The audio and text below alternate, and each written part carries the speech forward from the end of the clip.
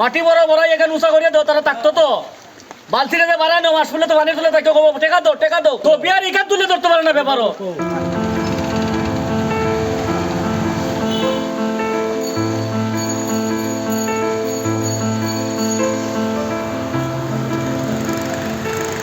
নদীটা বোয়াটলি তো পানিটা যাওয়ার সুবিধা হলো আগে এরকম ভাবে আসলো না কিন্তু এখন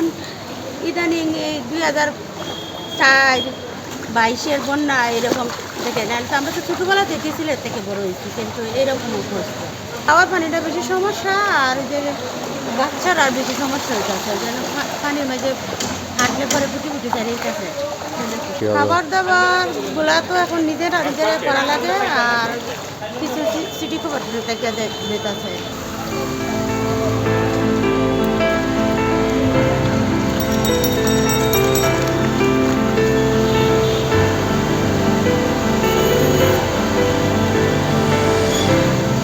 আমাদের তো 2 দিন ধরে এরকম অবস্থা পানি খুব ভয়াবহ এখন তোরা কম আছে খালগুলো পানি বেশি আছে আমরা পানি টানি কিনিয়া খাইছি না ওখানে কিনিয়া খাইলাম নিয়ম তো সিটি কোম্পানিতে পানি আইতো তারা তো ওদের দেখাও জান না তারারে ওগুলো অবস্থা চলে আর ড্রেইন ব্লক হয়ে গেছে ড্রেইনের পানি বাড়িয়া বা ইতার ফাও ইনফেকশন হইব ইনফেকশন হয়ে যাওয়া বর্তমানে